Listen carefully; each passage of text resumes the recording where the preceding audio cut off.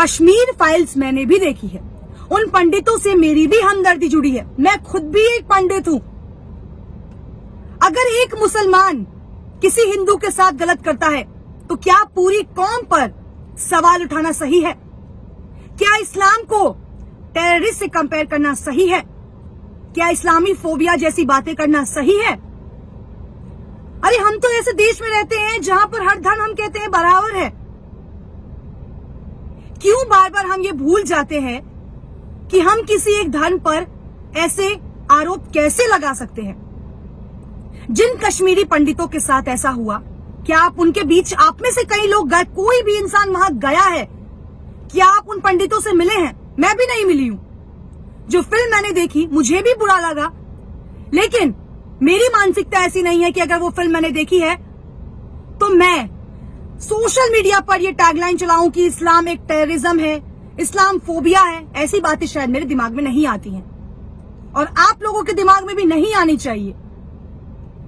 भाजपा के वो अंधभक्त, मैं खुले तौर पर कह रही हूं अंधभक्त, क्योंकि शायद उन्होंने भाजपा की अंधभक्ति का ऐसा पट्टा अपनी आंखों पे बांध रखा है जिन्हें सच्चाई शायद दिखती ही नहीं है।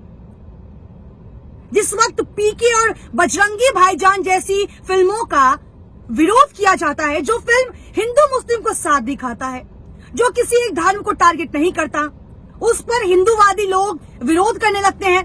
आमिर खान, सलमान खान, शाहरुख खान को बॉयकॉट करने की बातें करते हैं। क्या वो इस देश के नागरिक नहीं हैं? क्या वो इस देश के लोग नहीं हैं? जब हिंदू को टेररिज्म से कंपेयर किया जाता है, तब ये लोग विरोध करने लगते हैं, तब ये लोग ये कहने लगते हैं कि हमारे हिंदुत्व पर सवाल उठाया गया है, हमारा हिंदू धर्म सबसे बड़ा है। सबसे बड़ा है धर्म, केवल आपका धर्म सबसे बड़ा नहीं है, हर धर्म बड़ा है, हर वो लोग बड़े हैं जो इस देश के नागरिक हैं। अगर फिल्में बनानी है तो बनाइए ना गोधरा कांड पे, अगर फिल्में बनानी है तो बनाइए गुजरात पे, गुजरात दंगों पर क्यों नहीं फिल्में बनाई गई? आज जो लोग कश्मीर फाइल्स का इतना सपोर्ट कर रहे हैं, वो ये भूल गए क्या कि जब गुजरात दंगों पर प्रजानिया जैसी मूवी बनी थी तो लोगों ने उसको पूरी तरीके से बॉयकॉट किया था। जो भाजपा के नेता अपने स्टेट्स में कश्मीर फाइल्स को टैक्स फ्री करने की बातें कर रहे हैं, प्रजानिया के वक्त कहां थे?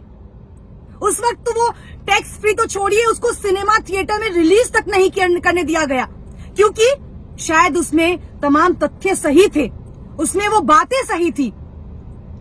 प्रधानमंत्री नरेंद्र मोदी ने कल अपने संसदीय बैठक में ये कहा कि कई लोग ऐसे हैं जिन्हें मिर्ची लग रही है जो कश्मीर फाइल से सच्चाई सामने आ रही है। प्रधानमंत्री जी, किसी को मिर्ची नहीं लग रही है। जिस वक्त कश्मीर में पंडितों के साथ हमला हुआ, उस वक्त आपकी सरकार थी, सत्ता में आप थे, गोधरा कांड में आपकी सरकार थी। पुलवामा पर आपने जांच क्यों नहीं करवाई? पुलवामा पर आपने क्यों नहीं फिल्म बनाया? उसकी जांच अब तक क्यों नहीं हुई है? क्यों? क्योंकि सत्ता में आप बैठे हैं ना, और आप पर तो सवाल उठाना वैसे ही देश विरोधी हो जाता है। मैं आपको बताती हूँ, मैंने उन लोगों के ट्वीट्स पढ़े हैं जो ये कह रहे हैं कि जो लोग कश्मीर फाइल्स के अगेंस्ट हैं, उन्हें ये देश छोड़ देना चाहिए, उन्हें आतंकवादी घोषित कर देना चाहिए। अरे मैं हूं कश्मीर फाइल्स के अगेंस्ट, मुझे डालो जेल में। सच के खिलाफ आवाज उठाना क्यों इस देश में गलत हो जाता है? कश्मीर फाइल्स को वो लोग सच मान रहे हैं जिन्होंने शायद कश्मीरी पंडितों के बारे में कभी कुछ ना सुना होगा, ना पढ़ा होगा, ना उनके बारे में जानने की कोशिश की होगी। थिएटर से निकलकर जय श्री राम के नारे लगाना, भड़काऊ बयान देना। मैं नहीं कहती जय श्री राम के नारे लगाना गलत है, लगाइए, खूब लगाइए, पर बार बार एक धर्म को क्यों टारगेट करते हैं आप लोग? मेरा सवाल भाजपा से बहुत सीधा है। जो कश्मीर फाइल्स को आप सपोर्ट कर रहे हैं, अगर उस वक्त सत्ता में विपक्ष होती तो आप कश्मीर फाइल्स को रिलीज होने देते, साथ ही आप पूरी तरीके से इसका ठीकरा विपक्ष पर फोड़ देते। अगर आप कश्मीर फाइल्स को इतना ही सपोर्ट दे रहे हैं तो सपोर्ट करिए ना इस बात को कि आपकी सरकार सत्ता में थी, क्यों नहीं बचाया गया उन पंडितों को? क्यों पुलवामा अटैक की अब तक जांच नहीं हुई है? क्यों गोधरा कांड, क्यों गुजरात दंगों पर फिल्म नहीं बनती है? और क्यों पीके और बजरंगी भाईजान जैसी मूवीज का बॉयकॉट किया जाता है? आपने केवल वो वीडियोस देखी है जहां पर आपने देखा होगा कि लोग जय श्री राम के नारे लगा रहे हैं, रो रहे हैं। क्या आपने वो वीडियो देखा है जहां पर एक महिला ये कहती हुई नजर आ रही है कि मुस्लिमों के साथ भी वहां बुरा हुआ, उन मुस्लिम बच्चों का क्या आपने ये सोचा कि क्या पता उस मंजर में उस बच्चे के साथ, उस मुस्लिम बच्चे के साथ भी कुछ ना कुछ हुआ हो?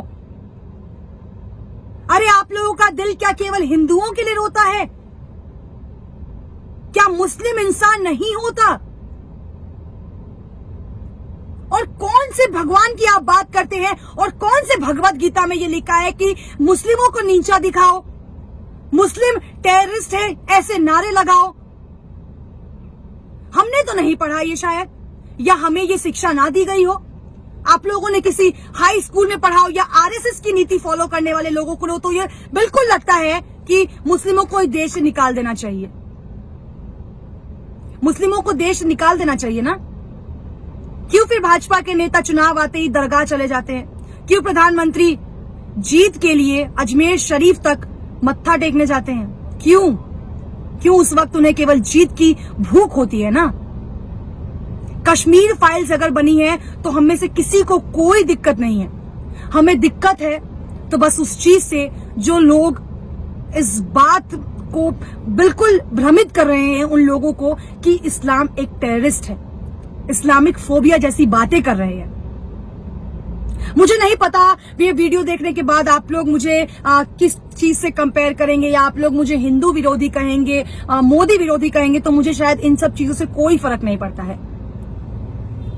अगर उन भाजपा के भक्तों से मेरा एक ही सवाल है जो आप कश्मीर फाइल्स को सपोर्ट कर रहे हैं, अगर उस वक्त कांग्रेस की सरकार होती तो आप कश्मीर फाइल्स को तो सपोर्ट करते ही, साथ में आप कांग्रेस को भी लपेटे में ले लेते और न जाने विपक्ष पर कितने गंदे आरोप लगाते। उस वक्त भाजपा में थी तो भाजपा पर सवाल उठाइए ना, पूछिए ना भाजपा के नेताओं से कि कहां सो रहे थे उस वक्त जिस वक्त पंडितों के साथ ऐसी हरकतें हो रही थी। कहां थे आपके वो नेता जो हिंदुत्व की बातें करते हैं, हिंदू राष्ट्र की बातें करते हैं? अरे शर्म आनी चाहिए जो बार बार हिंदू मुस्लिम जैसी बातें करते हो।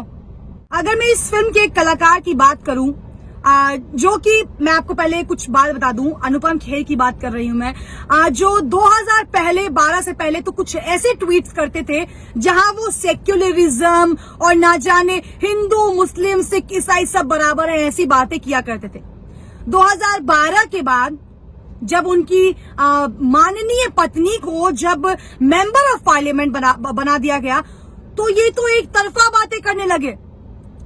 सत्ता के साथ शायद इनकी सोच भी बदल गई है। आज कश्मीर पंडितों के लिए इनके मन में इतना प्रेम उभर आया है, पर ये वही अनुपम खेर है जो 2012 से पहले कुछ ऐसे ट्वीट्स करते थे जिसमें साफ नजर आता था कि शायद अनुपम खेर को हर धर्म से प्यार है। आज अनुपम खेर को केवल हिंदू से इतना प्यार कैसे उमड़ आया? सत्ता की लालच किससे क्या ना करवा दे। शायद अनुपम खेर भी उसी राह पर चल पड़े हैं।